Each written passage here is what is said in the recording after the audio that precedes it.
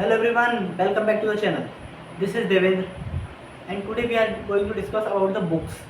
हमें कौन सी books prefer करनी चाहिए, कौन सी नहीं करनी चाहिए, वन बाय वन पर सब्जेक्ट हम देखेंगे। तो चलिए स्टार्ट करते हैं मैथ के साथ। देखिए मैथ में क्या है, मैथ के अंदर एक एनसीईआरटी आपको करनी है प्लस एक साइड बुक। अब वो side book R S Agarwal या आर डी शर्मा कुछ भी हो सकती है। वैसे मैंने तो आर एस अग्रवाल करी थी और मैं आपको भी आर एस अग्रवाल प्रेफर करूँगा। अगर आप भी 80% पे हो तो, या फिर 80-82 इतने लगभग हो तो आर एस अग्रवाल बेस्ट है, या फिर आर डी शर्मा भी कर सकते हो। अगर आप 9th क्लास में आपने 90 तक स्कोर कर रखा है उसके आसपास भी, तो आपके लिए आर डी भी ठीक रहेगी, तब आप आर डी कर सकते हो। तो देखो आप कोई भी साइड बुक यूज़ करो, उसके हर चैप्टर को हमें करना ही करना है, कवर करना है, सारे चैप्टर हमें करने हैं। ऑब्वियसली बात है, अब एग्ज़ाम तक सारे चैप्टर कर पाना थोड़ा सा मुश्किल तो पड़ता है। जैसे कि हमारे अभी हाफ ईयरली एग्जाम आने वाले हैं, तो उसके लिए हमें मान लीजिए हमारे उसमें 7 चैप्टर आ रहे हैं, 5 आ रहे हैं, 6 आ रहे हैं, तो उसमें से अगर हम हर एक क्वेश्चन करने लगे, हर एक एक्सरसाइज करने लगे, तो शायद हम 5 या 6 चैप्टर ना कर पाएँ। तो हमें क्या करना है, पहले जो सॉलिड एग्जाम्पल दिए होते हैं ना वो कर लें। सारे एग्जाम्पल मान लीजिए 3 चैप्टर कर लिए हमने, 4 चैप्टर कर लिए, सारे एग्जाम्पल्स लगा दिए। उसके बाद फर्स्ट चैप्टर पे आ गए, उसके आप करेंगे क्वेश्चन एक्सरसाइज वाले, और 5 चैप्टर के जब 5th चैप्टर पे आ गए उसके हम करेंगे आपके एग्जाम्पल। जो एग्जाम्पल थे वहाँ से वो करना चालू कर देंगे, और फर्स्ट चैप्टर के हम करेंगे क्वेश्चन वाले। तो क्या हुआ, जैसे कि हमारे दो चीज़ें कवर होती रहेंगी, एक तो एग्जाम्पल कवर होंगे और साथ में क्वेश्चन भी कवर होता रहेंगे। एग्जाम आने तक तो एक सेट ऑफ चीज़ कंप्लीट हो ही जाएगी, कम से कम एग्जाम्पल से तो रेडी होंगे ना। और एग्जाम्पल्स कर लेंगे उससे भी हमारे अच्छे खासे मार्क्स आ जाएंगे हाफ ईयरली में, क्योंकि बोर्ड में काफ़ी टाइम है, उसमें हम तब तक और प्रैक्टिस कर लेंगे। तो ये तो वही मैथ्स की बात। मैथ्स को 2 टाइम में करना है, मतलब 2 पार्ट में ही करना है। एक में सॉल्व एग्जाम्पल, मतलब 2 मैथ्स को हमें 2 चीज़ों को एक साथ चलाना है। एक तो हम क्या करेंगे, एक चैप्टर कर रहे हैं और दूसरी तरफ हम दूसरा चैप्टर करेंगे। इस मेथड से एक तरफ सॉल्व एक तरफ अनसॉल्व क्वेश्चन इस मेथड से करेंगे, ठीक है ना। और बात कर लेते हैं अब साइंस की।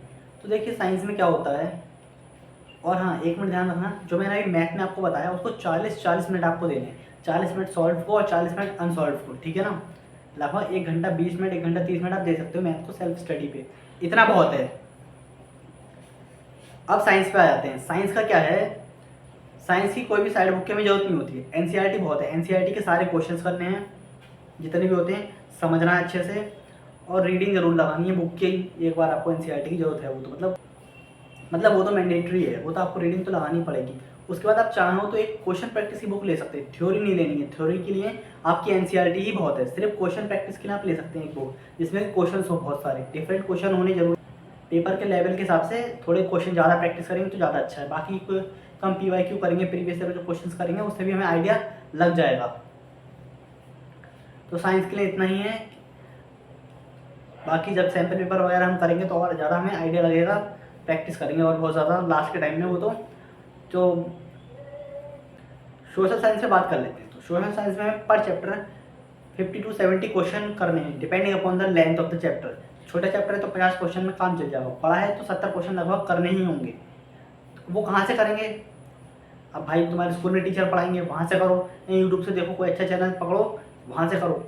मतलब स्विच नहीं करना है, एक चैनल पकड़ लिया फिर वहीं से करते रहना, ये नहीं कि साल भर स्विच करते रहो, उससे बहुत डिस्टर्ब होगा तुम्हारी स्टडीज़ में। एक चैनल पकड़ लो वहाँ से करते रहो, वहाँ से करते रहो। देखो एसएस में क्या होता है, आपको लिखना ही पड़ेगा, प्रैक्टिस करनी ही पड़ेगी लिख लिख के। जब तक लिख के प्रैक्टिस नहीं करोगे तब तक कुछ नहीं होगा। काफ़ी ज़्यादा आपको लिखना पड़ेगा, 2 बार लिखोगे 3 बार लिखोगे तब जाके कई सारे आंसर्स याद होते हैं हमें। तो भाई करेंगे ना, मार्क्स तो लाने ही आखिरकार हमें, तो करना ही पड़ेगा इतना तो, ठीक है ना। ये हो गया एसएस के लिए। बाकी हिंदी और इंग्लिश की बात कर लेते हैं। पहले इंग्लिश की बात कर लेते हैं। इंग्लिश में क्या करना है, चैप्टर की रीडिंग अच्छे से लगानी है, वो करना है। और टेक्स्ट के क्वेश्चन होते हैं एसएस में भी ध्यान रखना है, टेक्स्ट के क्वेश्चन जितने भी हैं वो सारे करने हैं। इंग्लिश में क्या करना है, इंग्लिश में जो आपकी टेक्स्ट के क्वेश्चन है वो सब करने हैं। तो रेलिवेंट क्वेश्चन होते हैं बस वही करने हैं, वो 5-6 क्वेश्चन ही होते हैं बस, वो करने हैं आपको। बाकी तो बुक की रीडिंग लगाओ अच्छे से, और जो राइटिंग सेक्शन वाला पार्ट है उसको कर करके देखो, एक कॉपी पूरी भर दो।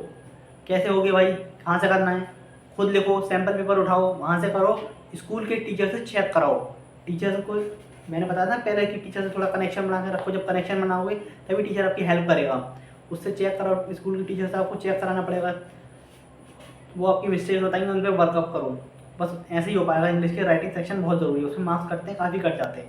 सेम इन हिंदी, हिंदी में भी आपको चैप्टर रीडिंग लगानी है बैठ के जितने भी क्वेश्चन होते हैं वो सारे करने हैं, हिंदी में सही होते हैं क्वेश्चन, वो सब करने हैं।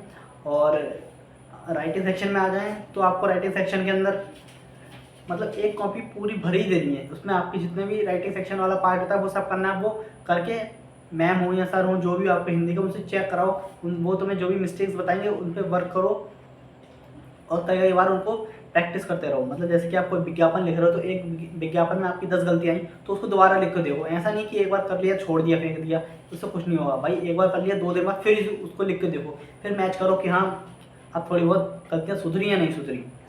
स्कूल के टीचर से आपको चेक कराना है, वो आपकी हेल्प करेंगे। अगर आप सच में चाहते हो कि हमारे मार्क्स अच्छे आएँ तो इतना तो करना ही पड़ेगा। तो ऑल द बेस्ट।